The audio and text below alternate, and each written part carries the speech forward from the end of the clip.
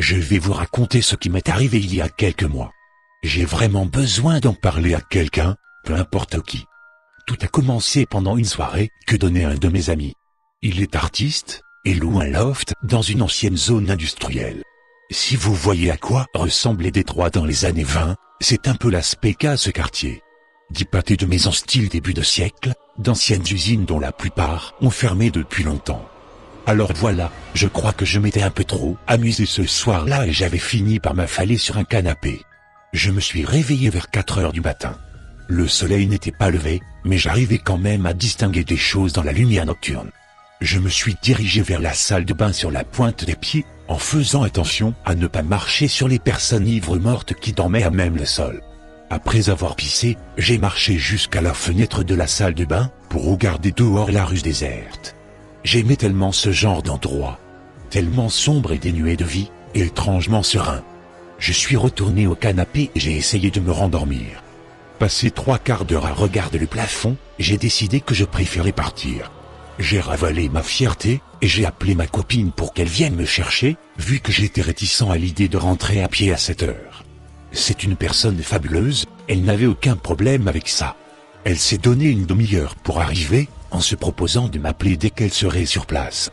La batterie de mon portable est tombée à plat 10 minutes plus tard. Aussi, je suis allé m'asseoir près de la fenêtre pour la voir arriver. Je suis resté là un bon moment, assez pour commencer à m'assoupir. J'ai été réveillé par le bruit d'un objet qui s'écrase au sol. Ce n'était pas très fort, juste assez pour me ramener à la réalité. J'ai regardé dehors pour passer la zone en revue, sans rien voir de particulier jusqu'à regarder le trottoir d'en face. De l'autre côté de la rue, près d'une montagne de sacs poubelles et d'une de ces énormes bennes, il y avait un ordinateur et son écran, écrasés contre le sol. Il n'était pas là avant. Quand ma copine est arrivée, je suis descendu pour l'accueillir. Juste au moment où j'allais monter dans sa voiture, je me suis rappelé qu'un de mes amis avait cassé la prise d'alimentation de son ordi. J'ai donc demandé à ma copine de m'attendre 2 secondes pendant que j'allais inspecter les poubelles. L'écran semblait totalement inutilisable, mais la tour n'avait pas l'air très endommagée. Je l'ai donc déposé dans le coffre et nous sommes partis. Une semaine s'est écoulée avant que ma copine me rappelle que la tour d'ordi était toujours dans son coffre et qu'elle voulait que je l'en sorte.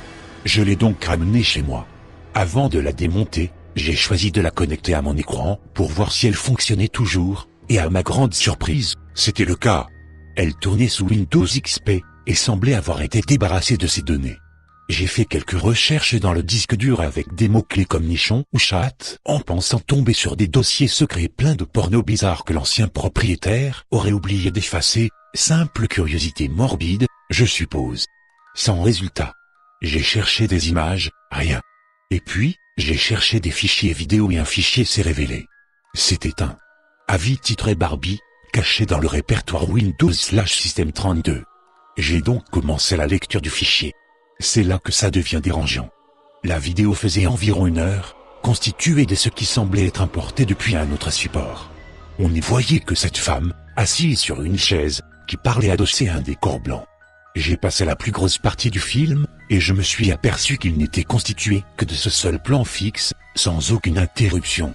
J'ai alors décidé de le regarder en entier, histoire de voir ce que cette femme racontait. Mais 15 secondes après le début de la vidéo, sa voix était noyée sous un bruit de neige désagréable. C'était impossible de comprendre quoi que ce soit. J'ai donc importé les données sous Final Cut en essayant de faire varier les niveaux afin d'isoler sa voix. C'était un peu mieux, mais je ne pouvais toujours pas comprendre.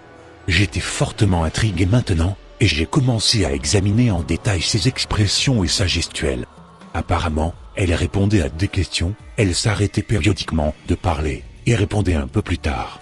Après une quinzaine de minutes, elle commençait à rougir et à contracter ses traits, comme si les questions la dérangeaient. Mais elle continuait d'y répondre. Peu après, elle commençait à pleurer. Elle se mettait à sangloter pour le reste du film. L'un des rares mots que j'ai réussi à lire sur ses lèvres était peau. Elle répétait ce mot, il me semble, un grand nombre de fois tout au long de la vidéo, et à un moment, tirait même sur la peau de son bras tout en le murmurant. De toute évidence, elle avait un problème avec sa peau. Il y a encore beaucoup de choses dont j'aimerais me décharger, mais il est tard et je ne tiens plus debout. Je raconterai le reste demain. Ligne d'étoiles.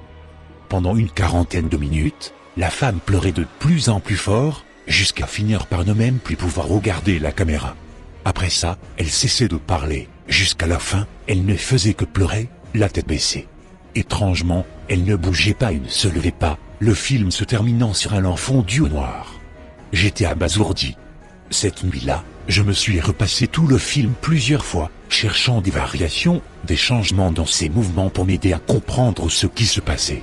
J'étais tellement frustré de ne pas en savoir plus. C'est à ce moment que j'ai remarqué qu'il restait 10 bonnes minutes de vidéo après ce fondu au noir, et parmi elles une séquence supplémentaire.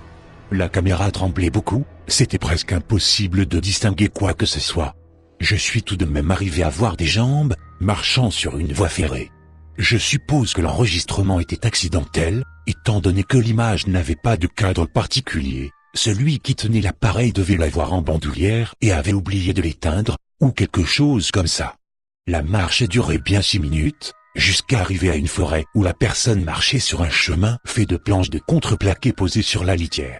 La vidéo se terminait alors que la personne marchait toujours sur cette route de fortune. Je me suis mis à trembler d'excitation. En effet, il y avait une voie ferrée pas loin de chez moi qui était très similaire à celle dans la vidéo. Je devais aller vérifier ça. J'ai appelé mon ami Ezra. 2 mètres de haut et 110 kilos de muscles. Je l'ai convaincu de m'accompagner pour une petite aventure. Ça peut paraître un peu puéril, mais j'avais aucune idée de ce que j'allais trouver dans ces bois. Un peu de force physique ne pouvait pas faire de mal. L'idée d'enquêter sur cette vidéo m'excitait tellement que je n'arrivais plus à dormir. Le matin suivant, c'était un samedi ensoleillé. J'ai pris ma lampe torche, mon appareil photo et mon couteau, une belle lame de 17 cm à finition noire et un tranchant dentelé, avant de passer prendre Ezra. Au moment où je suis arrivé chez lui, il n'était même pas réveillé. Et quand je l'ai réveillé, il m'a envoyé chier. J'avais déjà rassemblé mon matériel et j'étais mentalement préparé. Aussi, j'ai décidé d'y aller sans lui. J'ai garé ma voiture devant la gare, j'ai pris mes affaires et j'ai sauté sur les voies. Au bout de 2 heures de marche, j'ai aperçu une vieille planche de contreplaqué et mes jambes se sont mises à trembler d'excitation. J'ai cherché le sentier à proximité, et il était là, une petite piste de planches contiguë qui s'enfonçait dans la forêt.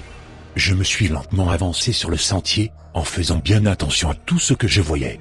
Je m'arrêtais de temps en temps, mettant un genou à terre, dans l'espoir d'entendre quelque chose ou quelqu'un.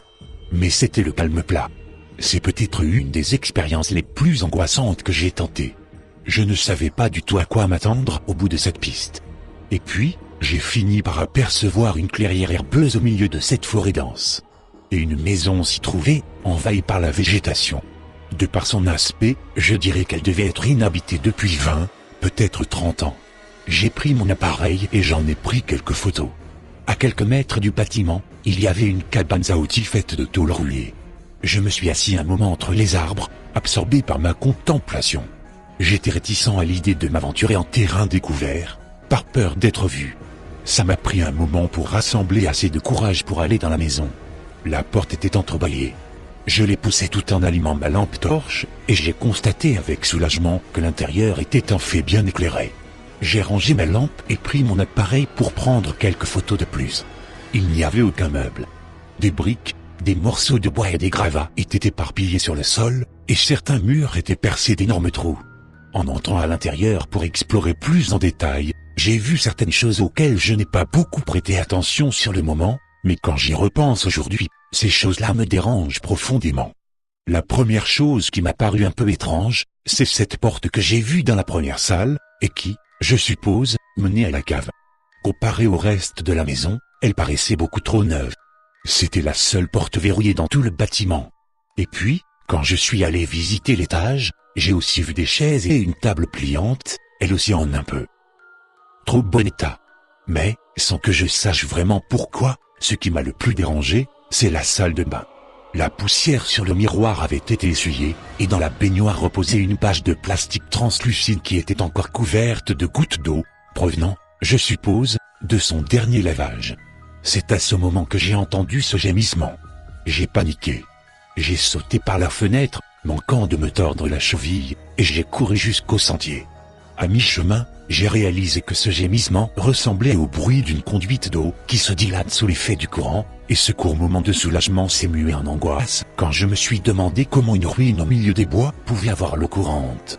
Ça fait un peu plus de 2 mois que ça s'est passé et je ne suis pas retourné là-bas, pas que j'ai prévu de le faire, en fait.